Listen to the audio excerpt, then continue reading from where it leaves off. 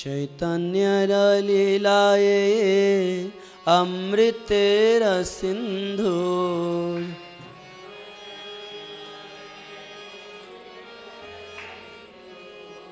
चैतन्यर लीलाए अमृतेर सिंधु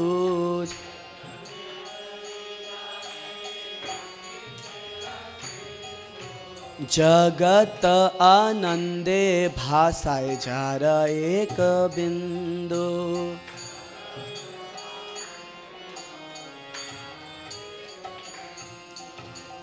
चैतन्यर चरिते अमृतेर सिंधु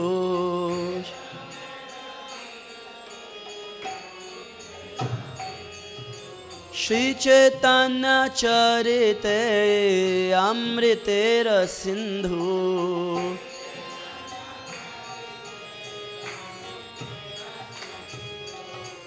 कर्ण मन तृप्त करे जार एक बिंदु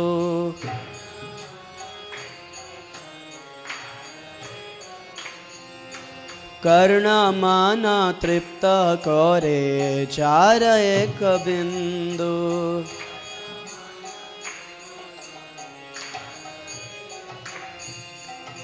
चैतन्यर लीला ए अमृतेर सिंधु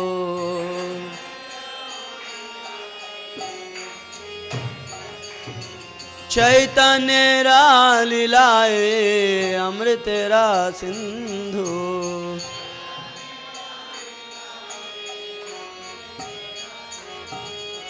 त्रिजगत भासायते पारे जार एक बिंदु त्रिजगत भासायते पारे त्रिजगत भासायते पारे जार एक बिंदु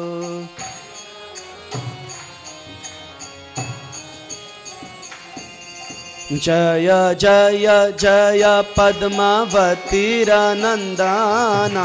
जय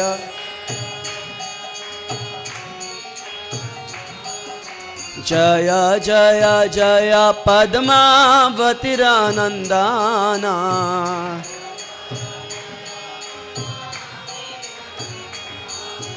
जय नित्यानंद सर्व वैष्णवेरधाना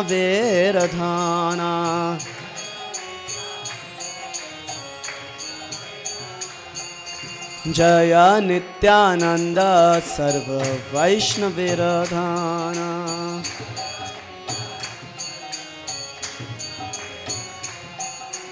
सर्व वैष्णवेर पायरे करी नमस्कार इहा के अपराध किछु नाही कामारा हरे कृष्ण कृष्ण कृष्ण हरे हरे हरे राम राम राम हरे हरे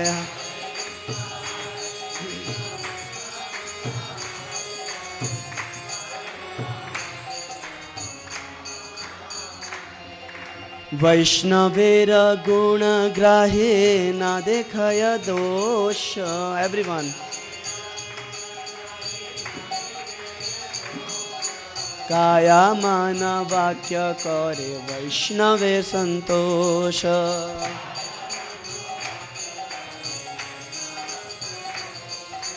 वैष्णवेरा गुण ग्राहे न देखय दोष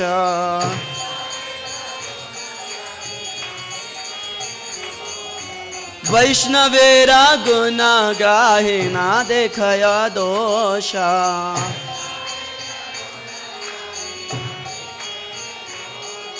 काया मनो वाक्य करे वैष्णव संतोष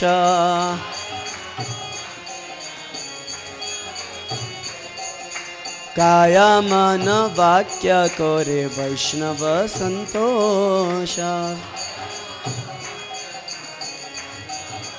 बोलिए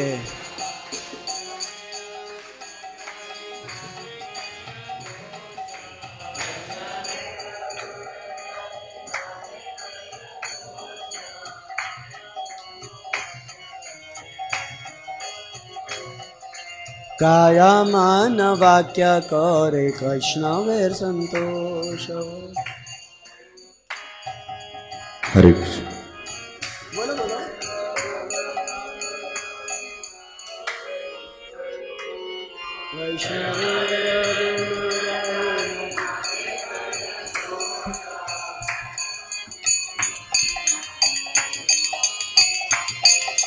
काया मानो वाक्य करे वैष्णव संतोष। बोलो।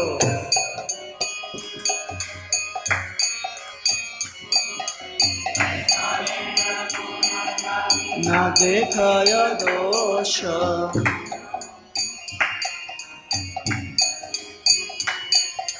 काया मानो वाक्य करे वैष्णव संतोष।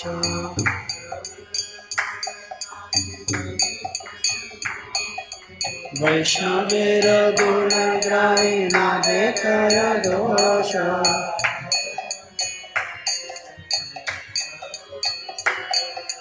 काया मानो वाक्य करे वैष्णव संतोष।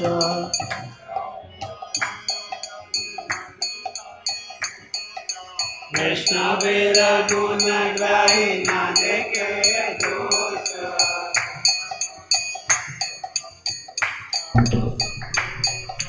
काया मानो। माता जी लोग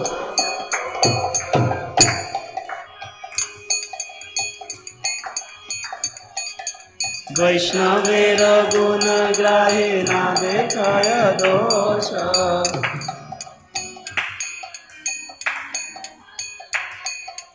काया मानो वाक्य करे वैष्णव संतोष।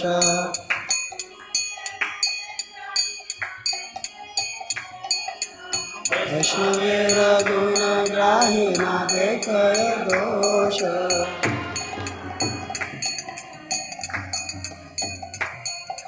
काया मानो वाक्य करे वैष्णव संतोष। हरे कृष्णा कृष्ण कृष्ण हरे हरे, हरे राम राम राम हरे हरे।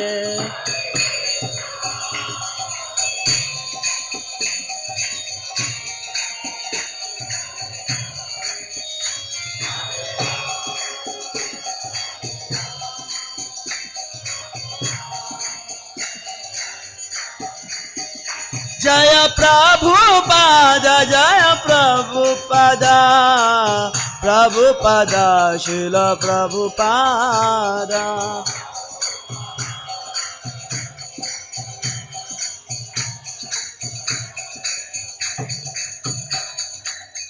नमो विष्णुपादाय कृष्णपृष्ठाय भूतले, श्रीमते भक्तिवेदांत स्वामिनिति नामिने। नमस्ते सरस्वते देवे गौरवाणी प्रचारिणे, निर्विशेष शून्यवादी पाश्चात्य देशतारिणे।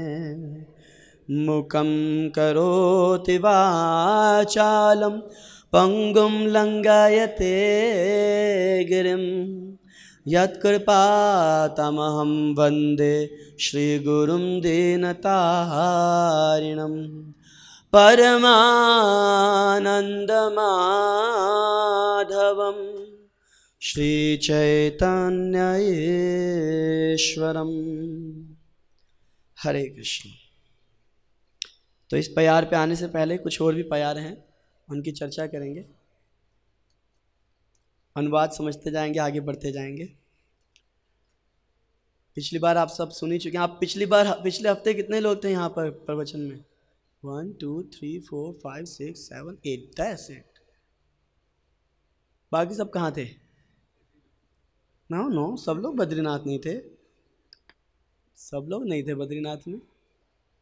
हर रविवार आना चाहिए सुबह प्रवचन सुनने के लिए सब भक्तों को। ये मंदिर हमारा है। हमारा का मतलब क्या होता है?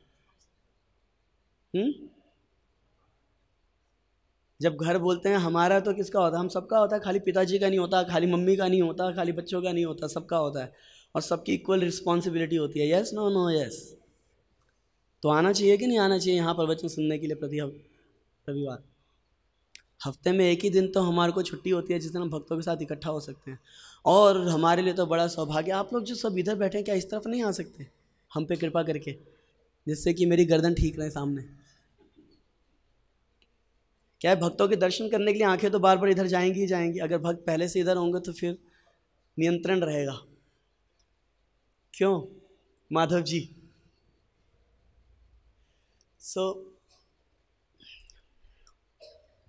हमारा तो सौभाग्य यह है कि हर रविवार यहाँ पे श्री चैतन्य चरितामृत इस अद्भुत ग्रंथ पे चर्चा होती है, जो कि वास्तव में कहा जा सकता है सर्व ग्रंथ सार शिरोमणि है।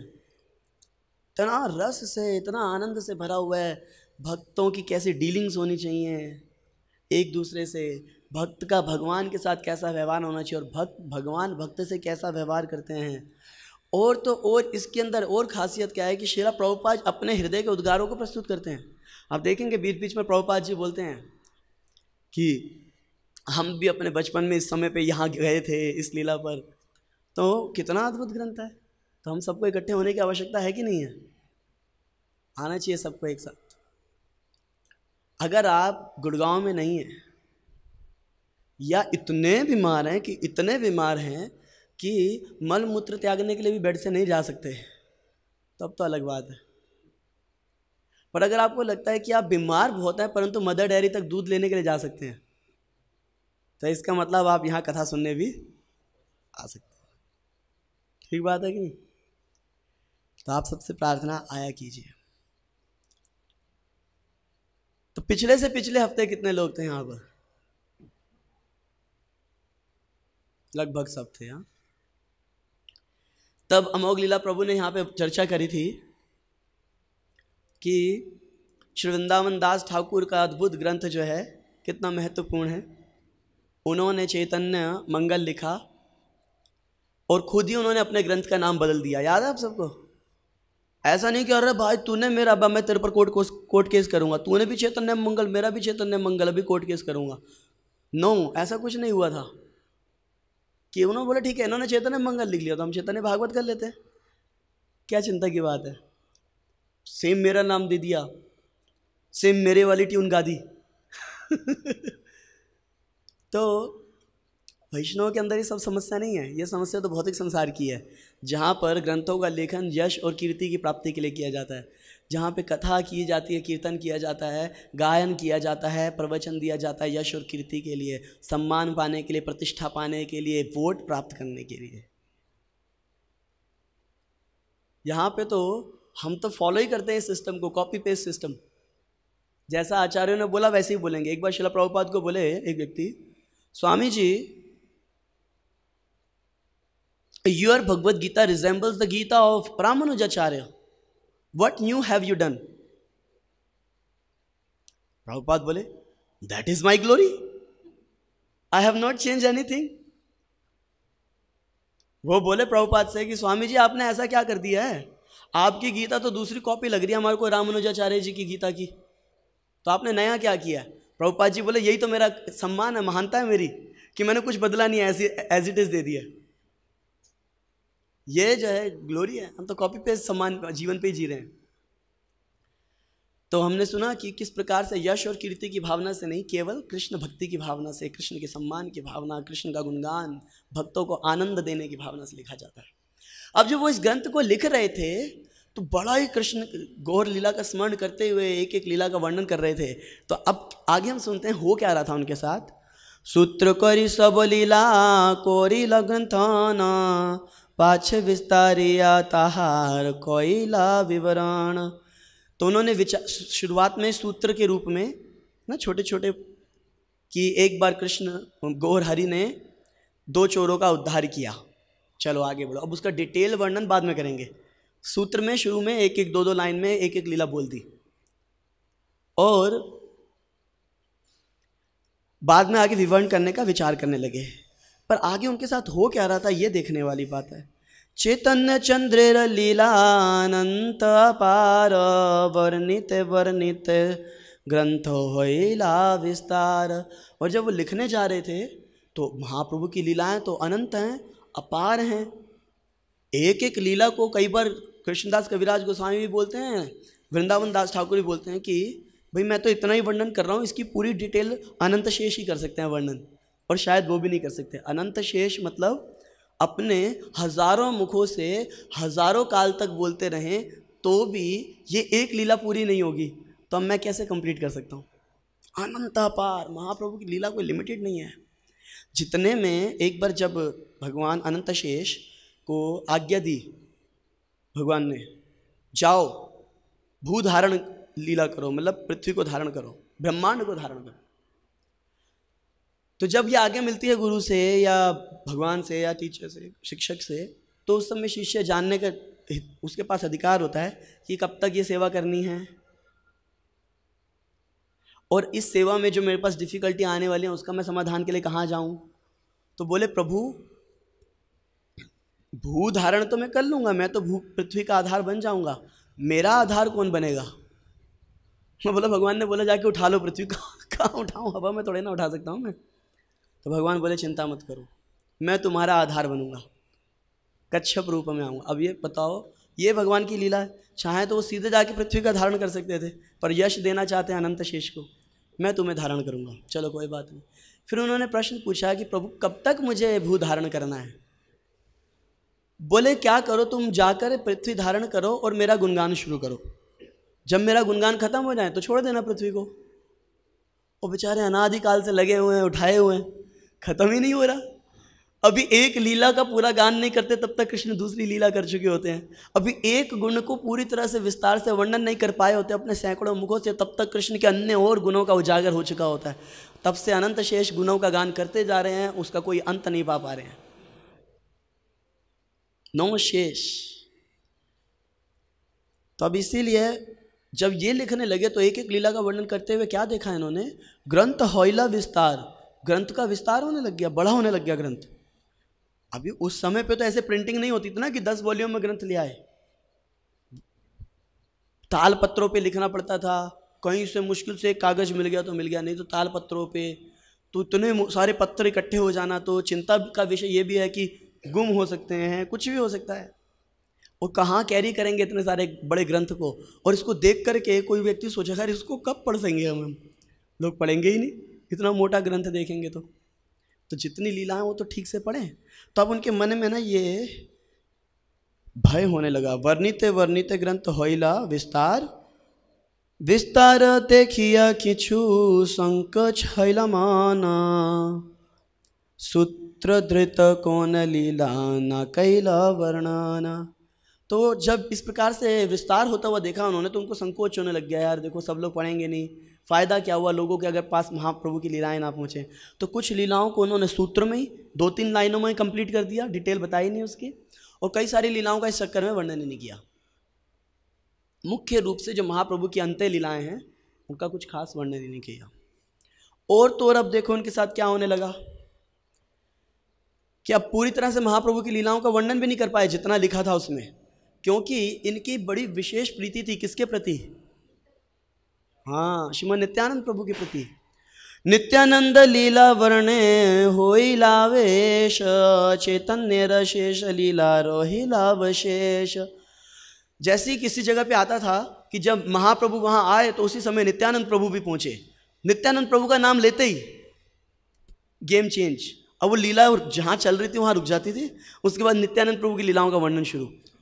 और कई लंबे प्यारों को करने के बाद, पूरा चैप्टर कंप्लीट करने के बाद याद आता था उनको, अरे रे मैं तो ये वाली लीला वर्णन कर रहा था, तो फिर से वो वापस लीला पे जाता। तो इस प्रकार से चैतन्य भागवत में बीच बीच में जहाँ भी नित्यानंद प्रभु का नाम आया मतलब उनका विशेष गुणगान है। फिर इतना गुणगान किया उसमें नित्यानंद प्रभु का कि फाइनली कुछ भक्तों ने उसको कलेक्ट करके सारे गुणगान को एक अलग से बुक ही निकाल दी, नित्यानंद चरितामृत। बीच बीच में इतना इतना गुणगान किया, बड़ा आनंद। जैसी मतलब ये प्रेम का एक लक्षण है कि जैसे ही अपने प्रेमिका अपने प्रियतम का नाम आए तो बाकी सब चीज़ों का विस्मरण हो जाए, भूल जाएं हम क्या चर्चा कर रहे थे। अन्य सारी चर्चाओं का विस्मरण हो जाए, भले ही वो कृष्ण की क्यों ना हो। अब प्रियतम अगर कृष्ण है तो अलग बात है, पर जैसे प्रियतम का नाम आए, प्रियतम मतलब कृष्ण, गौरचंद्र, नित्यानंद और श्री चरण गुरुदेव के, ये मतलब एक प्रीति का लक्षण है कि अन्य सारी वार्ताएं भूल गए। इतना महत्वपूर्ण कार्य कर रहे हैं, महाप्रभु की लीला का वर्णन कर रहे हैं, परंतु जैसी अपने प्रिय श्रीमन नित्यानंद प्रभु का नाम आते ही बस।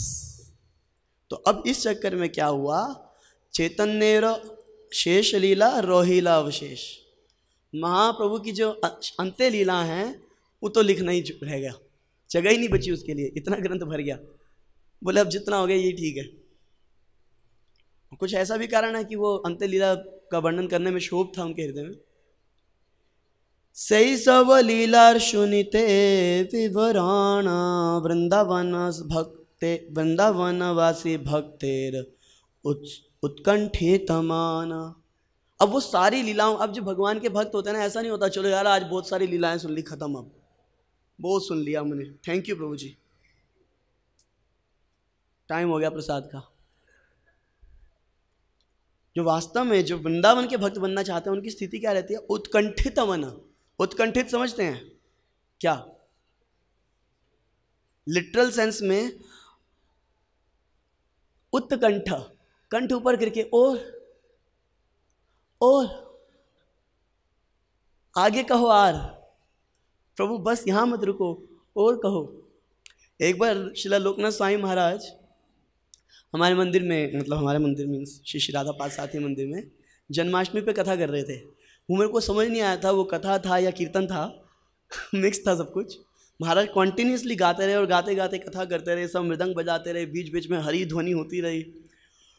और ना हर लगभग 1 घंटे के बाद ऐसा होता था कि महाराज ऐसा लगता था कि अब खत्म करने वाले हैं, तो भक्त शुरू होते थे महाराज हरी बोल हरी बोल हरी बोल, और फिर वो कथा और आगे बढ़ जाती थी।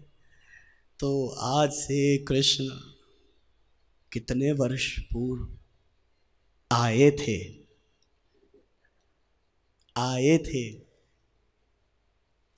सबने अलग अलग बताया। 5233 वर्ष पहले आए थे कृष्ण, उठी उठी गोपाला। और इस प्रकार से 1 घंटा 2 घंटा 3 घंटा मध्याह्न आरती का समय आ गया।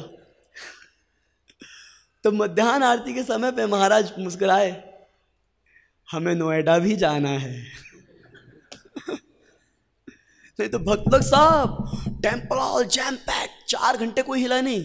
और जो बाहर से दर्शनार्थी आ रहे थे उनके लिए हालत खराब। उस साल के बाद डिसीजन लिया गया कि जन्माष्टमी पे मंदिर में टेम्पल हॉल में कथा नहीं होगी, फिर उसके बाद ऑडिटोरियम में कथा हुई, क्योंकि भक्त एक बार अटक गए। कथा करने वाला भी आनंद में, कथा सुनने वाले भी आनंद में। अब कथा खत्म होगी तभी तो आगे लोग दर्शनार्थी दर्शन करेंगे। बहुत सारे लोग दर्शन नहीं कर पाए उस दिन, जो बैठे थे वो महाराज हरि बोल हरि बोल। उत्कंठित मन वृंदावन वासियों का, भक्तों का, जो वृंदावन में उस समय वास कर रहे थे, जिस समय श्रील कृष्णदास कविराज गोस्वामी राधा कुंड में और वृंदावन में निवास कर रहे थे, उस समय ब्रज में कई सारे और भी महाप्रभु के पार्षद वाले थे जिनका मन उत्कंठित था, क्योंकि उनको महाप्रभु की वो अंत्य लीलाओं का वर्णन सुनने को नहीं मिला था। कुछ भक्तों को सुनने को मिला था जिन्होंने डायरेक्ट एसोसिएशन किया था श्रील रघुनाथ दास गोस्वामी का, जिनमें से एक थे श्रील कृष्णदास कविराज गोस्वामी। हम वो चर्चा यहाँ पहले कर चुके हैं, इसलिए रिपीटेशन नहीं करेंगे आज उसकी। पर बहुत सारे भक्तों ने नहीं सुना था, उनका मन उत्कंठित था। अब उनमें कुछ चर्चा हो रही है वहाँ पर। अब देखिए, जब भक्त किसी जगह का वर्णन करता है तो किस प्रकार से वर्णन करता है। अब किसी एक व्यक्ति का वर्णन करना चाह रहे हैं कृष्णदास कविराज गोस्वामी, जो कि पुजारी था। किनका पुजारी था ये वर्णन करने के लिए किस प्रकार से बोल रहे हैं। हम तो बोलते हैं ना वो राधा पार्थसारथी मंदिर में पुजारी है। अब देखिए कृष्णदास कविराज गोस्वामी की अप्रोच, एक एग्जॉल्टेड वैष्णव की अप्रोच। वृंदावने कल्पद्रुमे सुवर्ण सदाना महायोग पीठता रत्न सिंहासन। वृंदावन में एक कल्प वृक्ष है, वृंदावन में योग पीठ के पास एक कल्प वृक्ष है और वहां पर एक जो योग पीठ पे एक रत्न सिंहासन विराजमान है। योग पीठ कहाँ है वृंदावन में, किसको पता है? वृंदावन में योग पीठ कहाँ है? गोविंद देव जी मंदिर, हाँ वही राधा गोविंद मंदिर। योग पीठ श्री रंग जी के मंदिर के सामने, वृंदावन के लोग उसको बोलते हैं भूतों का मंदिर असली में गोविंद जी का मंदिर है। भूतों का मंदिर इसलिए बोलते हैं कि वहाँ की जो तैयारी हुई थी, बहुत तेजी से मंदिर बन गया था, बहुत तेजी से वो मंदिर तैयार हो गया था। तो वृंदावन वासी सोचने लगे तो भूत ही बना सकते इतनी जल्दी ब्रजवासी। तातवसी आछे सदा ब्रजेंद्र नंदना, श्री गोविंद नाम श्री गोविंद देव नाम साक्षात मदाना। और उस सुंदर रत्न सिंहासन पे, वो जो योग पीठ पे स्थित कल्प वृक्ष है और कल्प वृक्ष के नीचे स्थित जो रत्न सिंहासन है, उसके ऊपर निरंतर विराजमान श्री ब्रजेंद्र नंदन, नंद महाराज के सुत, जिनका नाम श्री गोविंद देव है। वास्तव में वो साक्षात मदन है, साक्षात कामदेव हैं, सारों के चित्तों को आकर्षित करने में सामर्थ्यवान है, साक्षात मदन। राज सेवा होए तहा विचित्र प्रकार, दिव्य सामग्री दिव्य वस्त्र अलंकार। ठाकुर जी की विशेष सेवा होती है, राज सेवा होती है, वहाँ पे विचित्र प्रकार से सेवा होती है। तरह तरह की सुंदर दिव्य सामग्रियाँ, दिव्य वस्त्र, दिव्य अलंकारों से उनका श्रृंगार किया जाता है। किनका? श्री गोविंद देव जी का। सहस्र सेवक करें अनुक्षण, सहस्र सेवक सेवा करे अनुक्षण, सहस्र वदने सेवा ना जाय वर्णन। सैकड़ों सेवक हैं, कोई एक दो सेवक नहीं है श्री गोविंद देव जी के, सैकड़ों सेवक हैं और वो अनुक्षण निरंतर गोविंद देव जी की सेवा में रत हैं। और सत्य बताऊं, सहस्त्र वदन, अगर मेरे सैकड़ों सैकड़ों मुख भी हो जाएं तो मैं उनसे, मैं श्री गोविंद देव जी की वो जो सेवा कर रहे हैं सेवायत, उसका वर्णन नहीं कर सकता मैं। कितना सुंदर तरीके से किसी एक पुजारी की चर्चा करनी है उन्होंने अभी, पर एक पुजारी की चर्चा करने के लिए पहले बता रहे हैं वो किनके पुजारी हैं। वो साक्षात नारायण, साक्षात मदन हैं, उनकी कई लोग सेवा कर रहे हैं। अब देखिए आगे क्या कहते हैं। सेवार अध्यक्ष श्री पंडित हरिदास, तार यश सुन सर्व जगते प्रकाश। और ये जो इतने सुंदर सुंदर इतनी सारी सेवा चल रही है, उसके अध्यक्ष पता है कौन है? अब मान लो किसी को बताना श्री राधा पार्थसारथी मंदिर के अध्यक्ष कौन है, तो ऐसे ही बोलेंगे ना, राधा पार्थसारथी मंदिर के अध्यक्ष हैं वो श्रीमान मोहन रूपा प्रभु जी। पर एक जब शुद्ध भक्त और जो शुद्ध भावनाओं से भर करके जब एक एक चीज़ का स्मरण करते हुए बोलेगा, तो बोलेगा कि इंद्रप्रस्थ क्षेत्र में, ओखला की पहाड़ियों में, गोवर्धन हिल के बिल्कुल पास श्री श्री राधा पार्थसारथी दिव्य आसन पे विराजमान, ऊंचे पर्वत पे विराजमान है, ऊंचाई पे विराजमान है, सुंदर विराजमान है। जो भी व्यक्ति उनकी छवि को देखता है, देखने के बाद उसका संसार से आकर्षण खत्म हो जाता है। ऐसे दिव्य श्री श्री राधा पार्थसारथी नित्य अपने भक्तों को आनंद प्रदान कर रहे हैं। जो भक्त उनकी शरण में जाते हैं कभी कष्ट नहीं पाते हैं, क्योंकि उनके हृदय में वो बस जाते हैं। उनकी सेवा अद्भुत है। दिन में सैकड़ों, 6 बार सैकड़ों भोग लगते हैं। राजभोग में सैकड़ों सैकड़ों भोग राजभोग में होते हैं, शाम को भी सुबह भी अद्भुत उनकी सेवा होती है। अलंकार और उनका श्रृंगार तो जगत मोहन होता है। ऐसे श्री राधा पार्थसारथी की सेवा में कई सारे साधु लगे हुए हैं। कोई उनके लिए वस्त्र ला रहा है, कोई उनके लिए भोग बना रहा है, कोई उनके लिए मंदिर मार्जन कर रहा है, कोई उनके लिए कीर्तन कर रहा है, कोई उनके लिए कथा कर रहा है। और इन सारे सेवायतों के जो अध्यक्ष हैं वो हैं श्रीमान मोहन रूपा दास ब्रह्मचारी। नहीं, ऐसा कोई शुद्ध भक्त अगर करेगा तो ऐसा करेगा। तो ऐसे ही कृष्णदास कविराज गोस्वामी एकदम चिंतन कर रहे हैं, कितना सुंदर। और फिर अब बोल रहे हैं कि इन सब के जो अध्यक्ष हैं, इतनी सुंदर जो सेवा चल रही है, सेवा और अध्यक्ष श्री पंडित और हरिदास, इस सेवा के अध्यक्ष जो हैं वो हरिदास पंडित हैं। और उनकी यश, तार यश सुन सर्व जगत है प्रकाश, उनका तो जो यश है सारे जगत में फैला हुआ है। तार यश गुण, सारे जगत में फैला हुआ है। सारे जगत में मतलब जितने भी विद्वान लोग हैं सब जानते हैं कि वहाँ पे विशेष साधु रहता है जिसका नाम पंडित हरिदास, हरिदास पंडित है। और ये जो व्यक्ति हैं सुशील सुहिष्णु, सुशील सहिष्णु, शांत वदान्य गंभीर, मधुर वचन मधुर चेष्टा महाधीर। साधारण भक्त नहीं है ये, बहुत सुशील हैं। इनका जो व्यवहार है बड़ा ही सुंदर व्यवहार है।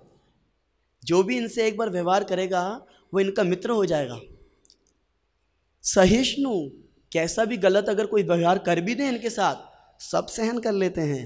शांत, बड़े ही पीसफुल हैं, बड़े ही शांत चित्त वाले हैं, जल्दी विचलित नहीं होते किसी बात से।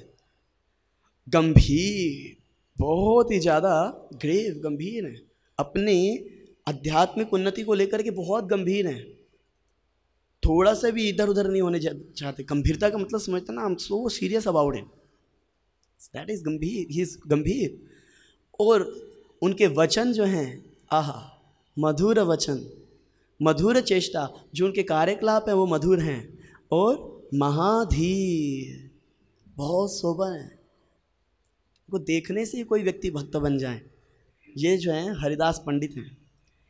सेवर सम्मान करता कोरेन सेवा हेत, कौटिल्य मात्सर्य हिंसा ना जाने तार चेत। और तो और सवार सम्मान करता है, जिसको मिलते हैं उसका सम्मान करते हैं। किसी के प्रति उनके हृदय में असम्मान की भावना नहीं है, किसी के हृदय में प्रति नहीं है। कौरेन सवार हित, और तो और दूसरों के भले के लिए सोचते हैं, कैसे उनका हित किया जाए, कैसे उनको लाभ पहुंचाया जाए। कौटिल्य मात्सर्य, किसी भी प्रकार का कपट, ईर्ष्या या हिंसा, हिंसा मतलब क्रोध करना भी हिंसा है, किसी प्रकार का कौटिल्य मात्सर्य हिंसा। हिंसा को जनरली लोग सोचते हैं कि काट देना, है ना, मार कटाई। हिंसा का मतलब है यदि आपकी चेष्टा से, आपकी वाणी से किसी के हृदय को कष्ट पहुंचा तो वो भी हिंसा है। श्रील प्रभुपाद जी की डेफिनेशन है, किसी भी प्रकार से किसी को दुख पहुंचाना हिंसा है, और प्रचार ना करना भी हिंसा है, क्योंकि लोग दुख पा रहे हैं और आप चिंता नहीं कर रहे। आपके सामने अगर कोई किसी को काट रहा है और आप अगर कुछ ना बोलो तो क्या कहलाओगे? हिंसक। वैसे हम देख रहे हैं लोग मर रहे हैं और प्रचार नहीं कर रहे तो हम हिंसक है। कौटिल्य मात्सर्य हिंसा ना जाने तार चित, उनके चित्त में भी बात पता ही नहीं है कि ऐसी भी कोई चीजें होती हैं संसार में। एकदम शुद्ध चित्त। कृष्ण रे साधारण सद्गुण पंचाश से सब गुणेर तार शरीरे निवास। श्री कृष्ण के 64 गुण हैं, मुख्य 64 गुण हैं, जिनमें से पूर्णता, पूर्ण रूप में वो 64 गुण कृष्ण की देह में पूर्णता को प्राप्त करते हैं। श्री नारायण की देह में 60 गुण पूर्णता को प्राप्त करते हैं, शिव जी की देह में 55 गुण पूर्णता को प्राप्त करते हैं, ब्रह्मा जी की देह में पूर्णता से कम होते हैं परंतु बहुत अधिक मात्रा में होते हैं कृष्ण के 50 गुण। और कोई जीव के पास सामर्थ्य है उन 50 गुणों तक पहुंच पाना, मैक्सिमम 50 गुण डेवलप कर सकते हैं। हमारे अंदर सब है नहीं, पर we are potential, every living entity is potential to develop all those 50 qualities. तो वो सारे 50 गुण जो पोटेंशियल है जीव के अंदर, वो सारे उनके देह में विद्यमान थे, हाँ, पूरी तरह से विद्यमान थे। और भागवत भी इस बात की पूर्णता करती है, इस बात को पुष्टि करती है। श्रीमद् भागवतम में कृष्णदास कविराज गोस्वामी कह रहे हैं, यस्यास्ति भक्ति भगवती अकिंचना सर्वैर गुणैः तत्र समासिता स्या हराव भक्तस्य कुतः महद्गुणा मनोरथेनास्ति धावतो वही। अरे जो हरि के भक्त नहीं है वो तो मन रूपी रथ पे आरूढ़ होकर के भागे चले जा रहे हैं, भागे चले जा रहे हैं। मन उनका नियंत्रण में नहीं है, मन रूपी रथ नियंत्रण में नहीं है। जहाँ वो लेके जाता है, चिली पटाटो की तरफ लेके जाता है तो वो चिली पटाटो पे चले जाते हैं, सुंदर स्त्री की तरफ लेके जाता है तो सुंदर स्त्री पे चले जाते हैं, बाहुबली सिनेमा हॉल की तरफ लेके जाता है तो वहाँ चले जाते हैं।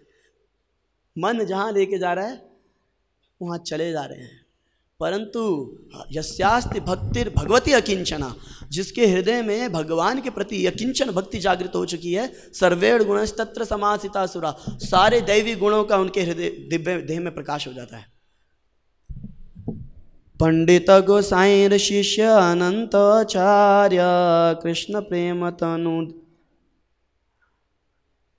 उदार सर्व आर्य। शिला गदाधर पंडित के शिष्य थे अनंत आचार्य, जिनके हृदय में, जिनके तन में भर भर के कूट कूट के कृष्ण प्रेम भरा हुआ है। उदार सर्वार है, इसलिए वो सभी के ऊपर कृपा करने में समर्थ थे। कौन? अनंत आचार्य। किसके शिष्य? गदाधर पंडित जी के। ताहर अनंत गुण के करु प्रकाश, तार प्रिय शिष्य यह पंडित हरिदास। अरे मैं उनके गुणों का क्या प्रकाश करूं, अनंत अनंत गुण अनंत आचार्य जी के। अरे मैं उनके इस शिष्य के बातें में बता रहा हूं, ये हरिदास पंडित उन्हीं के शिष्य हैं। अगर उनके शिष्य में इतने गुण है तो सोचो अनंत आचार्य कैसे होंगे। जैसे एक बार श्रील भक्ति सिद्धांत सरस्वती ठाकुर का आविर्भाव था या तिरोभाव था, मुझे स्मरण में नहीं है, शायद तिरोभाव तिथि थी। तो प्रभुपाद जी के एक शिष्य हैं श्याम सुंदर प्रभु, उनका एक्सीडेंट हो गया था और मेरे पास सेवा थी उनकी, तो मैं उनकी सेवा में रहता था उपस्थित। उनको प्रसाद व्यवस्था कराना, मेडिसिन, जो भी कुछ था मेरी सेवा थी।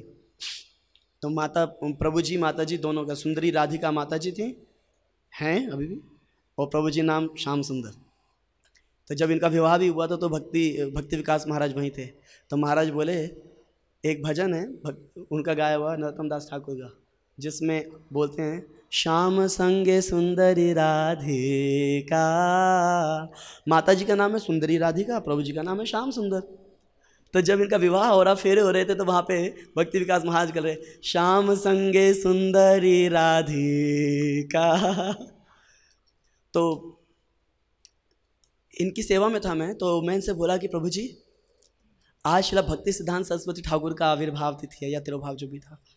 मैं कहा आप मेरे को, और is a very scholarly personality, तो मैं बोला कि प्रभु जी आप कुछ सुनाएंगे मुझे प्रभु जी के बारे में, महाराज के बारे में। तो बोले हाँ हाँ। तो फिर मैं उनके पास बैठा, उनकी जो जो सेवाएं थी मैं करता रहा, प्रभु जी बोलते रहे। और प्रभु जी ने क्या किया, श्रील प्रभुपाद का गुणगान करना शुरू किया। प्रभुपाद ने क्या क्या अचीवमेंट करी, कैसे कैसे भक्ति सिद्धांत सरस्वती ठाकुर की सेवा करी, कितने जीवों का उद्धार किया, सब कुछ करने के बाद जब मेरी सेवा कंप्लीट हो गई, and he was the disciple of that divine Srila भक्ति सिद्धांत सरस्वती ठाकुर। सो जब शिष्य इतना गुणवान है तो फिर गुरु की क्या बतानी। तो वैसे ही ये वही स्टाइल है कि अब अनंत आचार्य का गुणों का क्या वर्णन करूं जब उनके शिष्य हरिदास पंडित ऐसे हैं।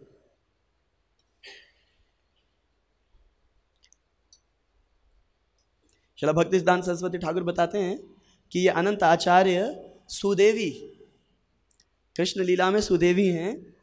गौर गणोदेश दीपिका में वर्णन आता है, अनंत आचार्य गोस्वामी यासुदेवी पुरा ब्रजे।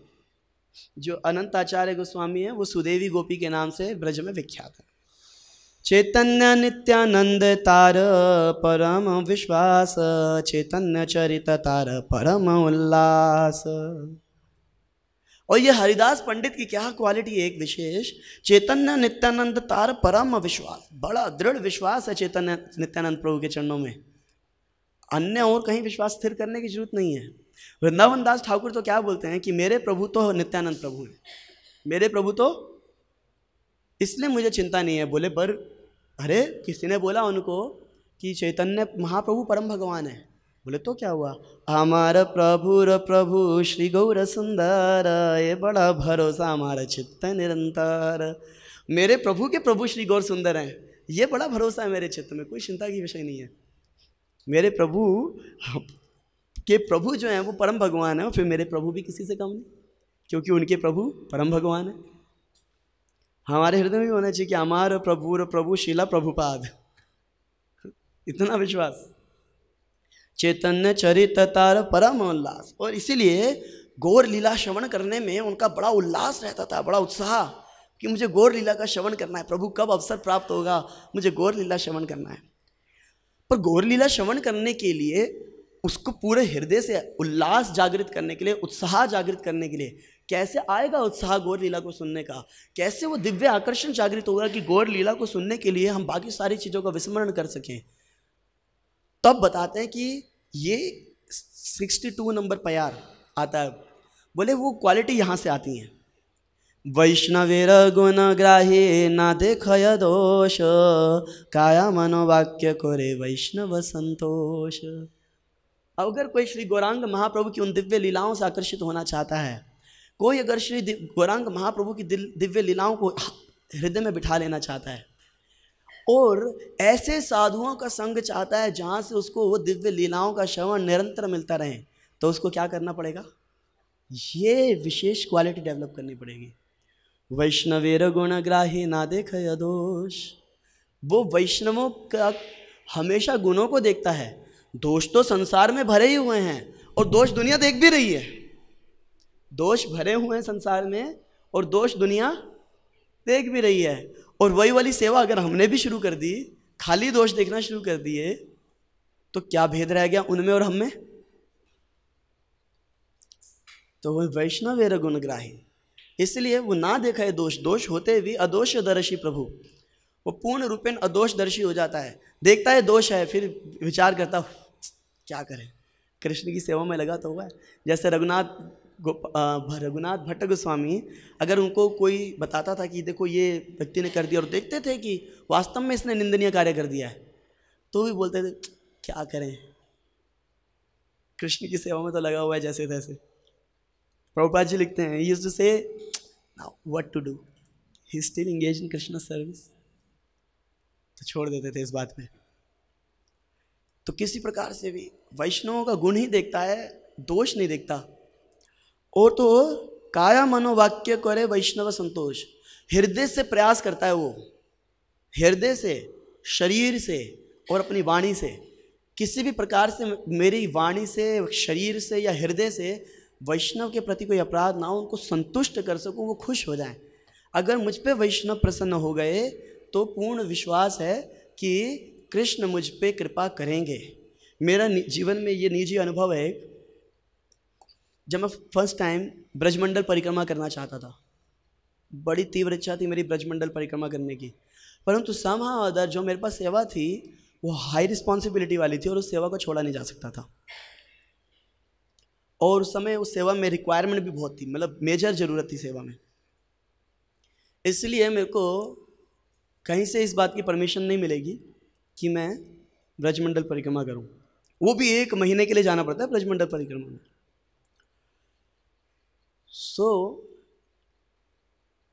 मैं वृंदावन में गया, मेरे को एक साधु ने बोला वैष्णव आशीर्वाद, वैष्णव सेवा, वैष्णव आशीर्वाद, इट्स लाइक टाइम बॉम्ब। मैंने कहा यस, ये अच्छी बात पता लगी। और उन्हीं दिनों हमने चैतन्य चरितामृत के चैप्टर्स भी पढ़े थे। तो मैंने निश्चय किया कुछ भी हो जाए, कोई मेरे को कुछ भी बोल दे, मैं प्रतिकार नहीं करूँगा, निंदा नहीं करूँगा, क्रोध नहीं करूँगा, द्वेष नहीं करूँगा। और मन में जैसे ही कुछ आता था किसी के बारे में कृष्ण से प्रार्थना करता था, हे कृष्ण मेरे हृदय से ये दोष दूर कर दो, मुझे आपके ब्रजमंडल धाम परिक्रमा करने आना है। और ना सब प्रकार से वैष्णवों की सेवा भी करी उन समय में 2 महीना। और जब भी मेरे से कोई वैष्णव बोलता है थैंक यू, मैं बोलता थैंक यू मत बोलो, प्लीज़ आशीर्वाद दो ब्रजमंडल परिक्रमा कर सकूं। और ब्रजमंडल परिक्रमा तब कर पाऊंगा जब हमारे प्रेसिडेंट और लोकल जीबीसी की वो होगी क्या, परमिशन, हाँ परमिशन। वो जब तक नहीं बोलेंगे मैं जा ही नहीं सकता।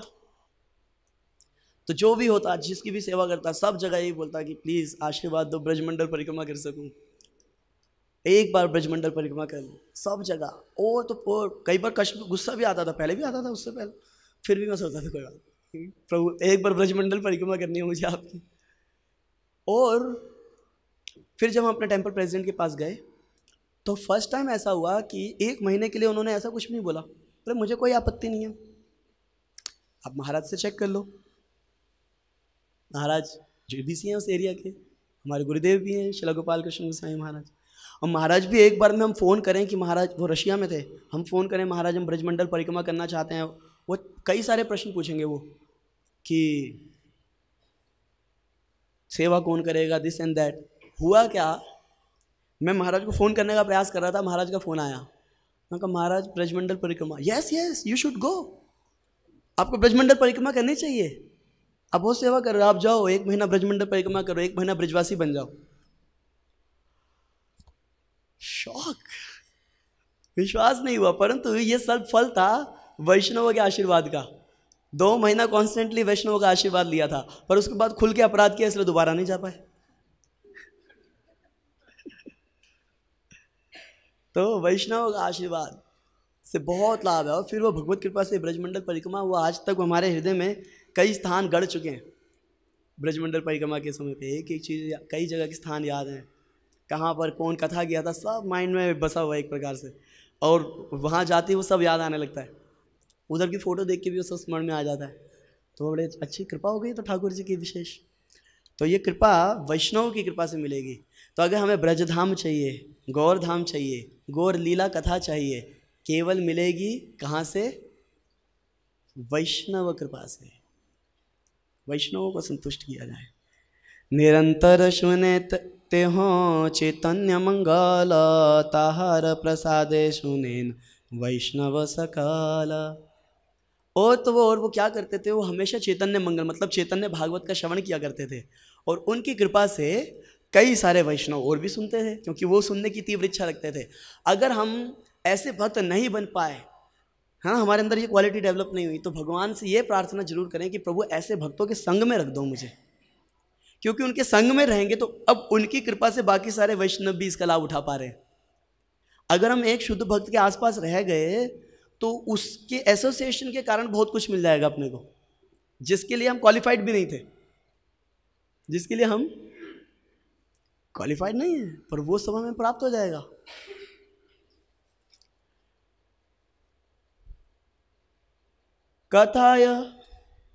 कथाय सभा उज्ज्वल करे जेन पूर्ण चंद्र निज गुणामृत बढ़ाए वैष्णवानंद।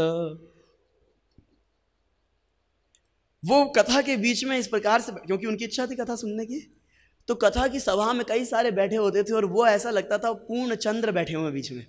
कथा में कई सारे तारागण हैं, परंतु एक पूर्ण चंद्र कथा सुनने के लिए बैठे हैं, जिनके लिए कथा डिसैमिनेट हो रही है और उसका लाभ सारे तारागण उठा रहे हैं।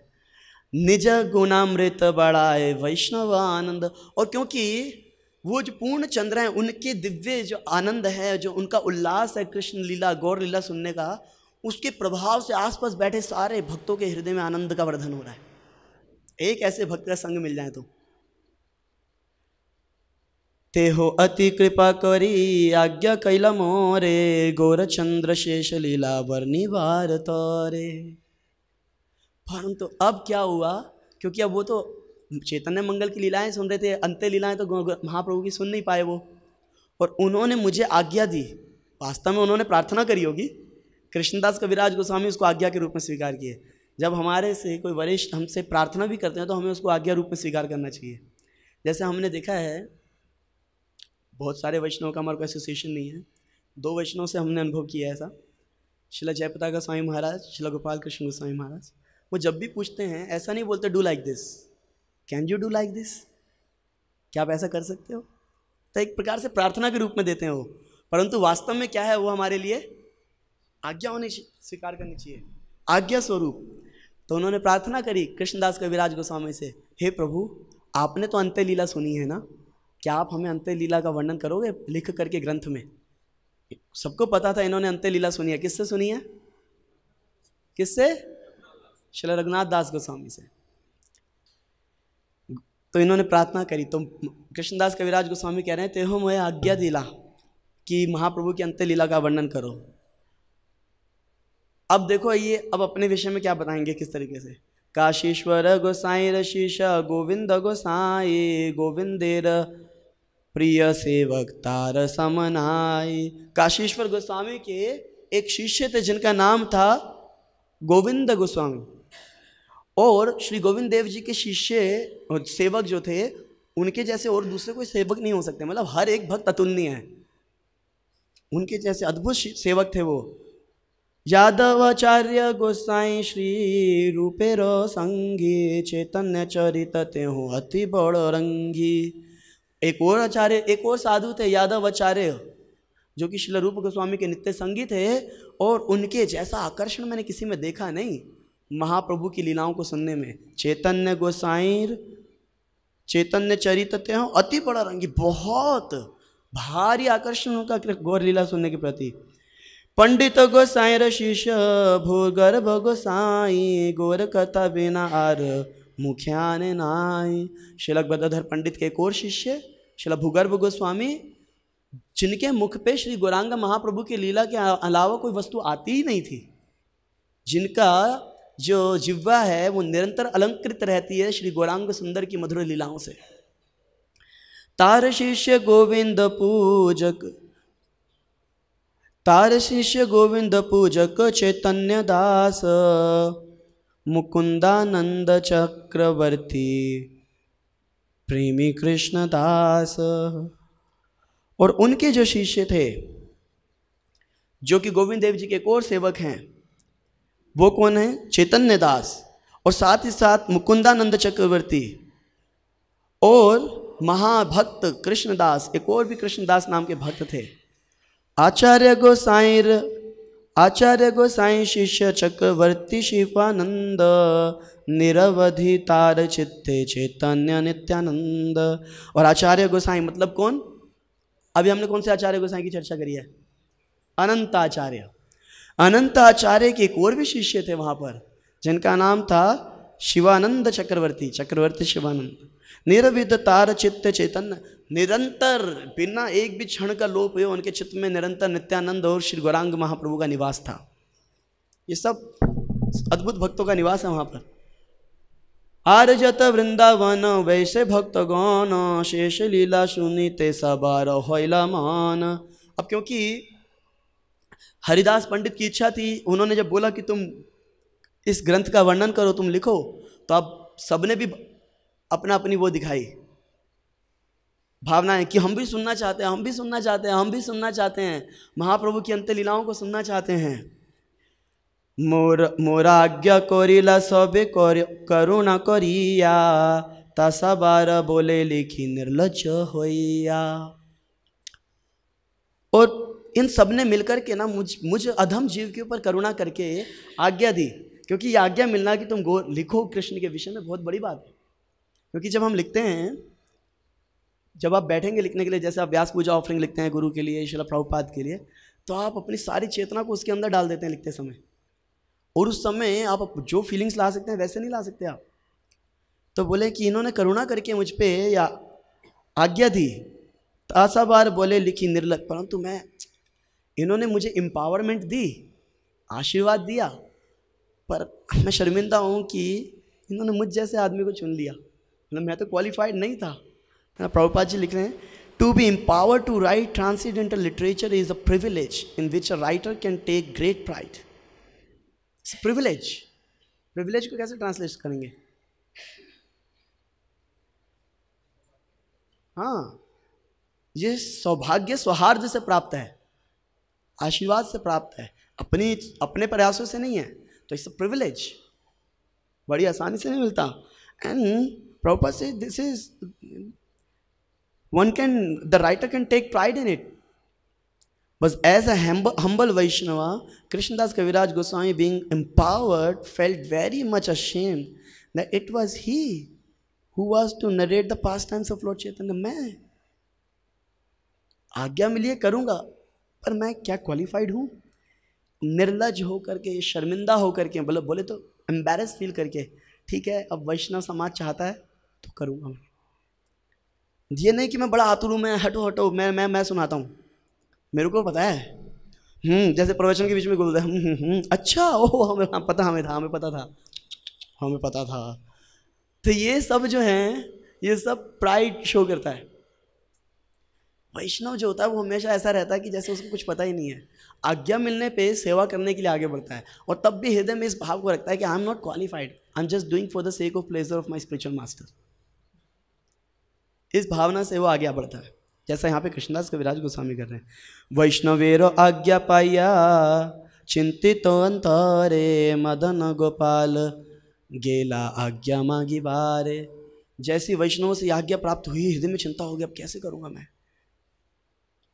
गुरु की आज्ञा मिलते ही व्यक्ति के हृदय में चिंता होनी चाहिए इस विषय में, कैसे होगा, भय होना चाहिए, कर पाऊंगा कि नहीं कर पाऊंगा, हो पाएगा या नहीं हो पाएगा। तो गुरु की आज्ञा को पूर्णतः से पालन कर पाने के लिए शिष्य को, प्रभुपाद जी आगे बोल रहे हैं इस विषय में कि शिष्य को चाहिए बार बार कृष्ण से प्रार्थना करें, मुझे सामर्थ्य प्रदान करो कि मैं गुरु की सेवा कर सकूं, श्रील प्रभुपाद की सेवा कर सकूं। ऐसा सुनकर के कृष्ण भी प्रसन्न होंगे कि देखो ये मेरे शुद्ध भक्त को प्रसन्न करने के लिए मुझसे प्रार्थना कर रहा है, तो बड़े प्रसन्न होकर हमारे को शक्ति देंगे। तो इसलिए वो क्या किए, यहाँ लिख रहे हैं, this example should be, Prabhupada ji लिख रहे हैं, this example should be follow. Anyone who attempts to write about Krishna must first take permission from the spiritual master and Krishna. Or not only writing, whatever service is given by spiritual master, one should take permission and blessings from spiritual master and then from Krishna.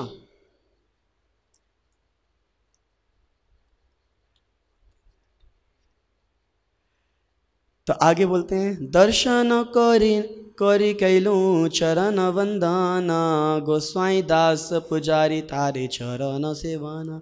तो वो मदन गोपाल जी जो हैं, उनका नाम generally लोग मदन मोहन जी के नाम से ही जानते हैं। और आज ये शिव विग्रह, उस समय ये शिव विग्रह 12 आदित्य टिला श्री वृंदावन जमुना जी के तट पे विराजमान थे, परंतु अब ये चले गए हैं कहाँ, करौली।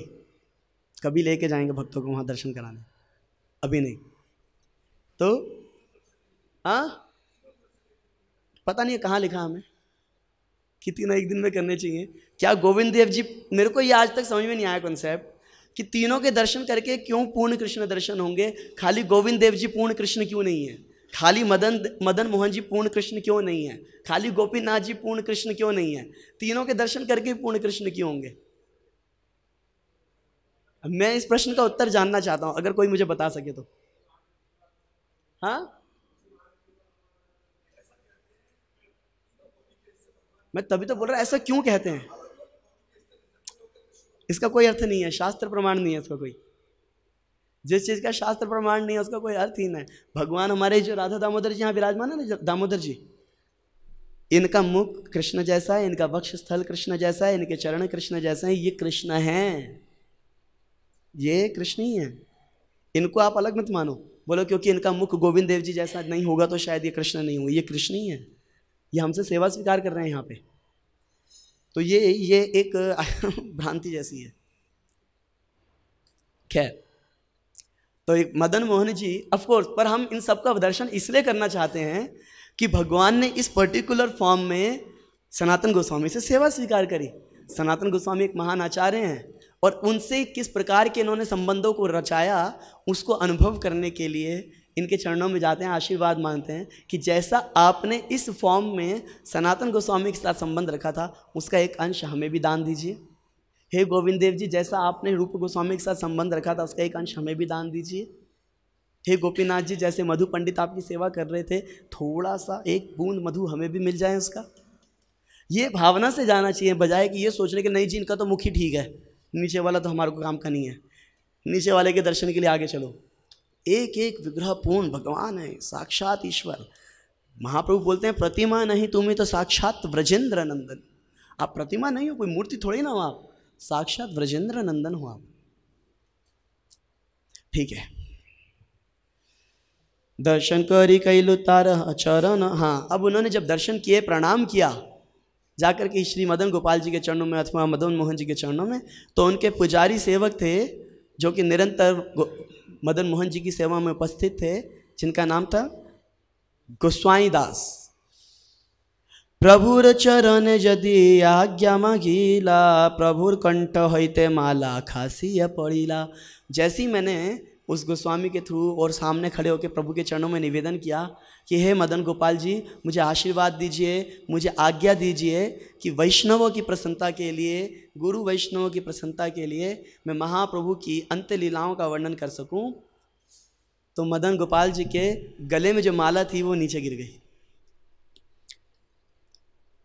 सब वैष्णव, अब अभी अकेले नहीं गए थे, क्योंकि सब वैष्णव ने उनको बोला था तो ये बोले कि ठीक है मैं मदन गोपाल जी के पास आशीर्वाद लेने जाता हूँ, तो सारे वैष्णव इनके साथ गए थे।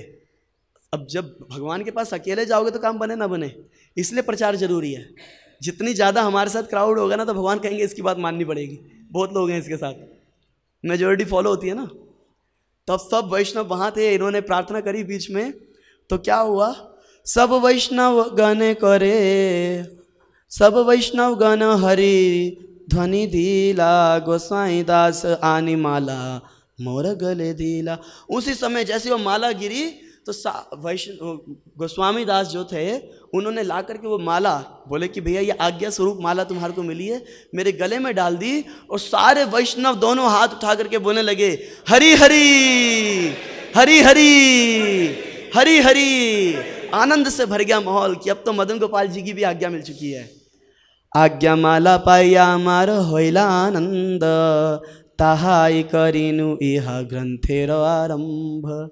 अब मदन गोपाल जी से आज्ञा मिलने के बाद मेरे हृदय में बड़ा आनंद हुआ, और अब इस ग्रंथ का मैं आरंभ करने चला हूँ। এই গ্রন্থ লেখায় মোরে মদন মোহন, আমার লিখেন যেন সুকে, আমার लिखेन जेन शुकेर पठान। अरे इस ग्रंथ का लेखन तो वास्तव में मदन मोहन जी ही करवा रहे हैं, मैं कौन होता हूँ, मेरे पास क्या है, तो वैष्णवों की इच्छा थी, मेरे पास कोई क्वालिफिकेशन नहीं कि मदन मोहन जी मुझ पर कृपा करें, पर क्योंकि वैष्णवों ने अपनी अहेतु की कॉजलेस मर्सी के कारण, अहेतु की कृपा के कारण मुझे सेलेक्ट कर लिया, इसलिए मदन मोहन जी मुझ पर कृपा करके मेरे माध्यम से ग्रंथ लिखवा रहे हैं। मैं तो केवल वैसा ही लिख रहा हूँ जैसे तोता होता है ना, तोते को जो बोलो वो बोल देता है, तो मदन मोहन जी ने जो बोला मैं लिख दिया।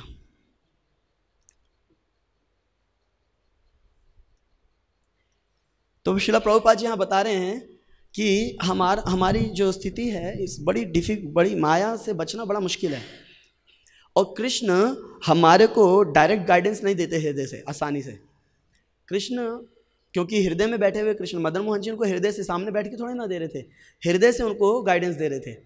तो कृष्ण हमारे को हृदय में होते हुए भी हमारे को प्रॉपर तरीके से एक एक चीज़ के लिए गाइड नहीं करते, अब तुम ऐसा कर लो वैसा कर लो, और अगर वो करे भी तो हमें सुनाई नहीं देता। पर प्रभुपाद जी बताते हैं, but if a disciple places himself under the guidance of spiritual master and does everything sincerely, है ना, सिंसियरली अपने सारे एफर्ट करता है, गुरु की आज्ञा का पालन करते हुए, जो गुरु के द्वारा बनाया हुआ सिस्टम है उसको फॉलो करते हुए, अपने अथॉरिटीज़ को फॉलो करते हुए गुरु की आज्ञा का यथारूप पालन करने का सिंसियरली प्रयास करता है, ये सोच कर, इस भाव को निकाल करके कि मेरे को भी गुरु बनना है, मेरे को भी तो कुछ करके दिखाना है यार, हमारा भी तो कुछ करियर है, इतने साल हो गए हमारे को इस्कॉन में, अब यही सब करते रहेंगे क्या? नो, पूरी तरह से समर्पण के साथ भैया मेरे को तो गुरु की आज्ञा का पालन करना है, और सिंसियरली एफर्ट करता है, सफल हो या ना हो। तो जब कोई व्यक्ति डज एवरीथिंग सिंसियरली, इसी भावना से कि गुरु को प्रसन्न करना है, यश नहीं चाहिए, कीर्ति नहीं चाहिए, नाम नहीं चाहिए, सम्मान नहीं चाहिए, तब क्या होता है? Immediately the Lord who is situated within everyone's heart dictates how to serve him. तुरंत भगवान जो हृदय में विराजमान है उसको बताना शुरू कर देते हैं कि कैसे उनकी सेवा होनी चाहिए। तब ददामि बुद्धि योगम, तब भगवान उसको वो बुद्धि देना शुरू करते हैं जिससे कि अब वो इस संसार के सारे कलमशों से, सारे बंधनों से निकल करके उनके श्रीधाम वृंदावन को प्राप्त करेगा। से लिखी मदन गोपाल जे लिखाए, काष्ठेर पुतली जे न कुह के नचाए। आई एम जस्ट लाइटिंग, मैं तो बिल्कुल जैसे एक वो पुतली नचाने वाला, जैसे पुतलियों को नचाता है, पुतलियां नाचती रहती हैं, वैसे ही मदन गोपाल जो लिखवा रहे हैं मैं लिखता जा रहा हूँ। मतलब कितनी कृपा है कि मदन गोपाल जी डायरेक्ट डिक्टेट कर रहे हैं। तो अगर हम भी ये कृपा चाहते हैं कि भगवान हम पे डायरेक्ट कृपा करें, हमारे हृदय से हमारे को ज्ञान दें, हमारे को भक्ति दें, हमारा आगे वर्धन हो, तो क्या करना पड़ेगा? गुरु वैष्णव सेवा करनी पड़ेगी, इनके अनुगत्य में सेवा करनी पड़ेगी। गुरु वैष्णव के अनुगत्य में हमारे अगर इस्कॉन की परिपाटी में देखा जाए तो टेम्पल अथॉरिटीज़ के अनुगत्य में अपने इंडिपेंडेंट एजेंडाज अगर लेके चलेंगे, स्पिरिचुअली एटलीस्ट अगर हम अपने इंडिपेंडेंट एजेंडाज लेकर के चलेंगे will never be able to advance in spiritual life, never ever.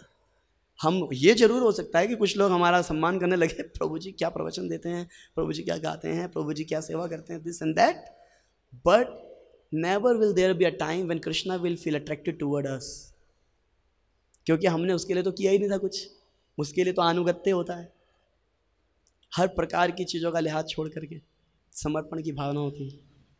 कुलाधिपत कुलाधिदेवता मोर मदन मोहन यार सेवक रघुनाथ रूप सनातन। अरे मेरे तो असली देवता मदन मोहन है, उनके इष्ट देव हैं, इससे पता लग रहा है कि इनके इष्ट देव मदन मोहन हैं, और उनके सेवक बता रहे रघुनाथ दास गोस्वामी, सनातन गोस्वामी सेवा में लगे हुए हैं। साधारण व्यक्ति नहीं है वो, अपने ठाकुर को इतना ये आत्मीयता है, सबको पता है वो भगवान है, तो अलग से क्या वर्णन करने की जरूरत है कि उनके इतने बड़े बड़े सेवक हैं, पर ये एक आत्मीयता की भावना है, प्रेम की इतनी भावना, अरे पता है मेरे ठाकुर की सेवा कौन कौन करता है, इसकी बड़ी आत्मीयता की भावना है। या राग मार्ग भक्ति में जब कोई साधु होता है तो ऐसी बातें सोचता है। तो अब देखिए, अब ये क्या कर रहे हैं, ऐसा भी नहीं कर रहे कि अब ये सोच रहे हैं कि भैया देखो अगर मैं अपनी बुक लिख दूंगा तो पहले वाली बुक का कहीं गुणगान ना चलता रह जाए। अनुगत्य में जब कुछ कार्य होता है ना तो उसका बड़ा ही यश होता है। शिला प्रभुपाद जी ने क्या किया, अब भी कई संसार में लोग गुरु बन के आते हैं और खत्म हो जाते हैं। शिला प्रभुपाद ने क्या किया, केवल अपने गुरुदेव का गुणगान किया, जहां तहां गए यही बोला कि तुम तो मेरे गुरुदेव के द्वारा भेजे गए हो, यही हुआ ना। पर देखा जाए संसार में यश उनके गुरुदेव का ज्यादा था या उनका, शिला प्रभुपाद का। जब हम वास्तव में अनुगत्य में सेवा करते हैं, जब हम गुरु बनने की भावना त्यागते हैं, तो कृष्ण अपने आप ही हमें यश दे देते हैं, जबकि भक्त की इच्छा ये नहीं होनी चाहिए, परंतु कृष्ण देते। अब यहां पर इनकी कोई इच्छा नहीं है कि मैं वृंदावन दास ठाकुर से कुछ बड़ा काम करके दिखाऊं, बल्कि ये तो बार बार शर्मिंदा हो रहे हैं, क्योंकि अब जो वृंदावन दास ठाकुर ने नहीं लिखा मैं वो लिखूंगा, और इसलिए बार बार कह रहे हैं वृंदावन दास ठाकुर ही असली महाप्रभु की लीलाओं का वर्णन करने वाले हैं, मैं तो जस्ट बालक हूँ, जो छोटा मोटा उन्होंने छोड़ दिया वो लिख दूंगा। असली में तो वही हैं महाप्रभु की लीलाओं को जानने वाले। वृंदावन दासेर पाद पद्म करी ध्यान, तारा आज्ञा लिया लिखी यहाँ ते कल्याण। मैं तो बस अब वृंदावन दास ठाकुर के चरणों का स्मरण कर रहा हूँ, उनके चरणों का ध्यान करते हुए उन्हीं की आज्ञा से लिखूंगा, तभी कुछ कल्याण होगा मेरा, नहीं तो मैं थोड़ा ना क्वालिफाइड हूँ। ऐसा एक बार सोचता ही नहीं भक्त कि मेरे को कुछ ज़्यादा पता होगा। आगे क्या कह रहे हैं, अभी भी ये नहीं कह रहे कि मैं कुछ बढ़िया काम करने वाला हूँ, बोल रहे असली काम तो जो करना था वो वृंदावन दास ठाकुर ने कर दिया, मैं तो बस जो थोड़ा बहुत बचा है उनके आशीर्वाद से सप्लीमेंट्री बुक लिख रहा हूँ। उनका point I am just going to write a supplementary book.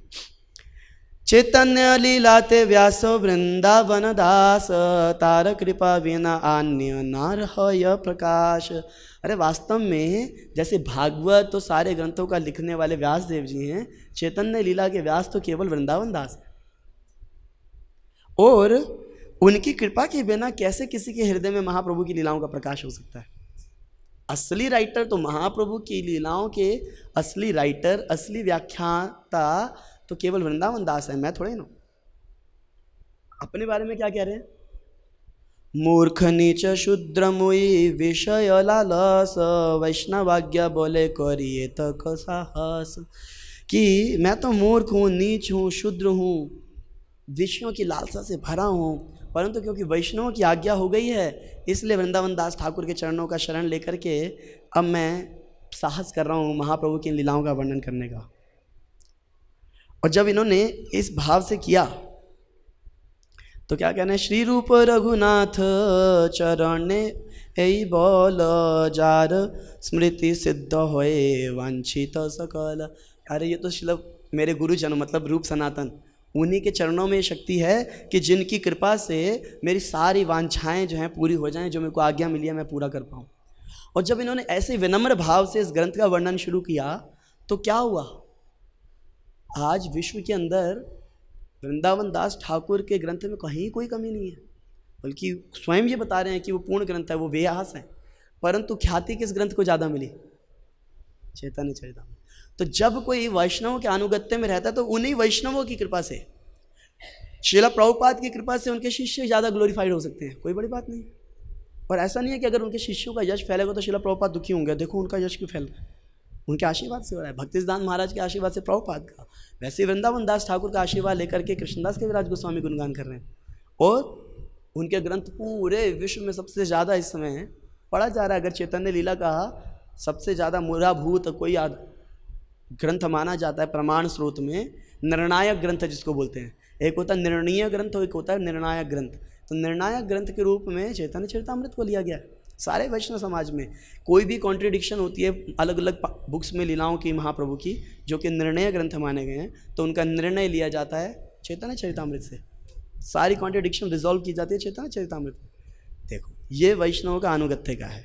तब आखिरी श्लोक बोल रहे हैं जो वो हर चैप्टर के एंड में बोलते हैं, श्री रूप रघुनाथ पदे जार आश, चैतन्य चरितामृत कहे कृष्णदास।